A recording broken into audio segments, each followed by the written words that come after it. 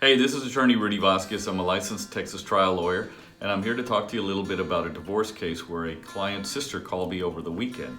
Now, the reason the sister called me was because her brother-in-law called her to let her know that he was getting a divorce from her sister. He told her that he was having an affair and he was done with the marriage. And of course, she called me because the sister was devastated and she wanted to know whether the adultery or the affair would have any effect on the divorce. And so here's the rest of the story that I told her. First of all, adultery is not a crime in Texas. It is in many other states. Some of them are actually a misdemeanor, or it could be even a felony in some states. But in Texas, we don't have the crime of adultery. But this is what she needed to know. If the adulterer used money from the marriage, then using money from the marriage could be considered by the judge in the division of the property. Any money you earn, any money your husband earns, any money your wife earns during the marriage is considered community property, property of the marriage. So when they're spending the money you both earn on an adulterous relationship, on some other woman, on some other man, they're really technically spending your money. And the judges need to know that so that they can make a proper division of property in the right kind of case.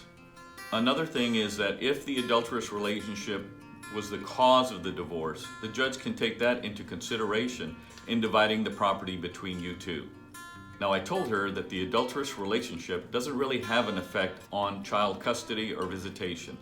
But if, because of the adulterous relationship, the conduct of the person who's the adulterer or the adulteress is having an effect on the children in a negative way, the judge can take that into consideration if it affects their health or their mental status or their physical status. If it affects the children's health, their mental status, or their physical status. Things like during the adulterous relationship, drinking, drugs, spending wild money and leaving the kids without any kind of care, any kind of sex going on in front of the children, anything that would affect them mentally and cause them stress that can be documented either through doctor visits or with a counselor or other expert can be brought up in a divorce. Now, I mentioned that adultery really won't have an effect on whether you're entitled to spousal maintenance. A case for a claim of spousal maintenance is decided on its own set of facts, and it's really not the purpose of this video. And I told her sister it really didn't apply as to whether she's entitled to spousal maintenance or not. Adultery is not going to be really one of the factors that's considered in spousal maintenance. Now, it is important to know that if you know that the other side is going to file for divorce, it's really important whether you think about filing first, because the first person who gets to the courthouse gets to tell their story first. A lot of times these judges, their time is short, their time is valuable. You want to be the first one to set the scene of the case, to tell your story, to tell it in a way that favors your result. When you file first, you get the right to go first.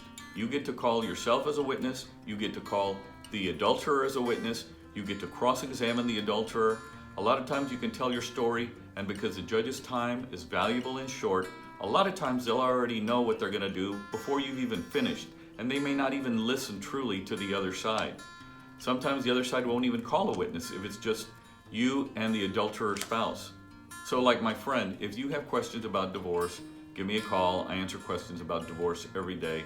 I'd be happy to talk to you. There's no pressure. You can email me, you can text me, and I'll get back to you as soon as I can.